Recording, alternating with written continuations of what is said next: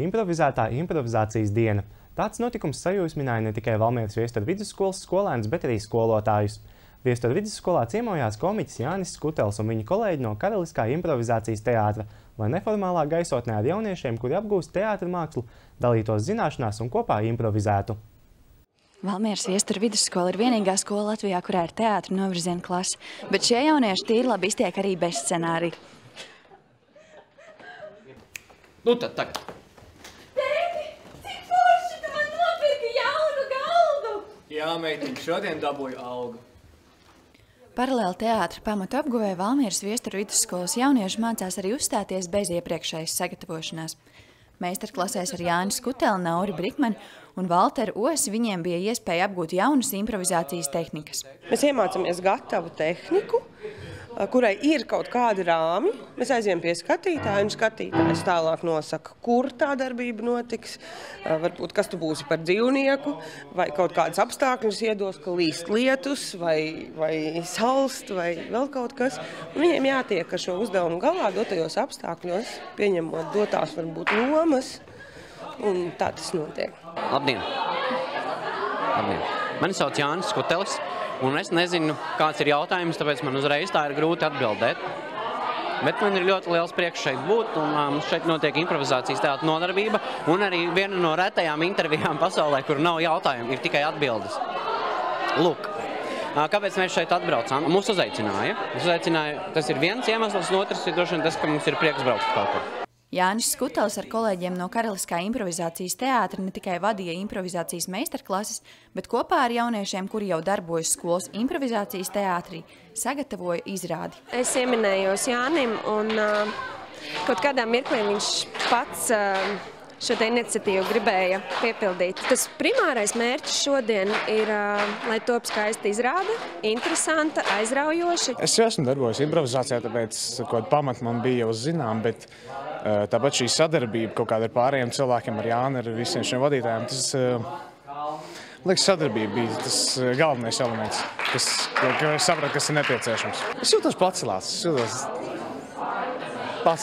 Mums ātri izstāstīšu, kas ir improvizācijas teātris. Vismaz kaut kāda viena pamatlieta tiem, kam nav skaidrs, nav jāpieraksta. Ticiet man, jūs atcerēsieties. Improvizācijas teātrī viss ir ļoti vienkārši. Tā ir 2 cilvēku vai vairāk cilvēku sadarbība. Tas nav solo žanrs.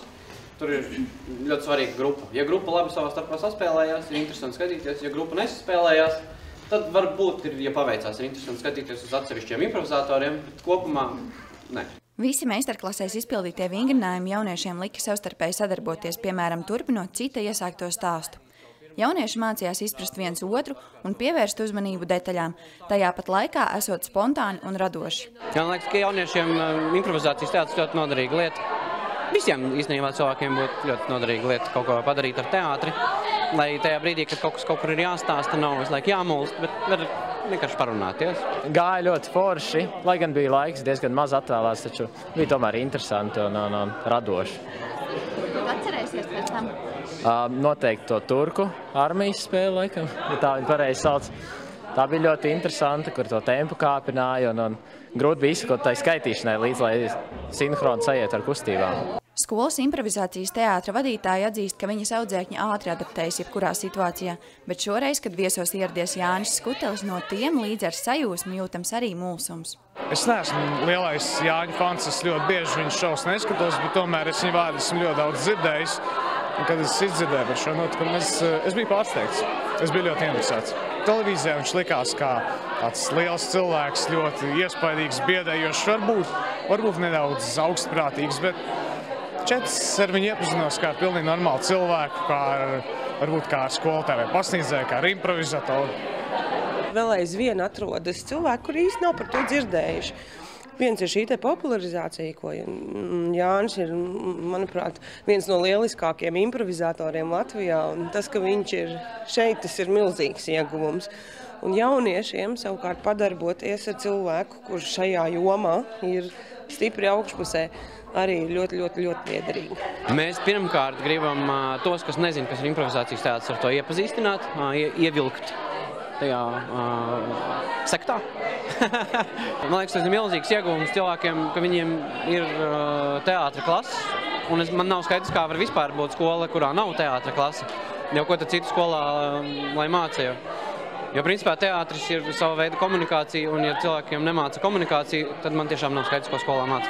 Tāpēc šeit ļoti viegli strādāt, jo viņi ir tikuši pāri tam absolūti liekajam kautrības līmenim. Viņi vienkārši var ķerties uzreiz pie lietas un saprast, kāds ir uzdevums, kas ir jādara, nevis stāvēt un mulst, kas patērē ļoti daudz enerģijas. Jānis Skutelis atzīst, ka, lai arī ikdienā ir maz brīva laika, šādiem pasākumiem brīvu brīdi cenšas atrast. Improvizētā improvizācijas diena Valmieras Viesturu vidusskolā norisinājās pirmo reizi, un dienas noslēgumā improvizatori no Karaliskā improvizācijas teātra un Valmieras Viesturu vidusskolas priecēja skatītājus ar kopīgi veidotu izrādi.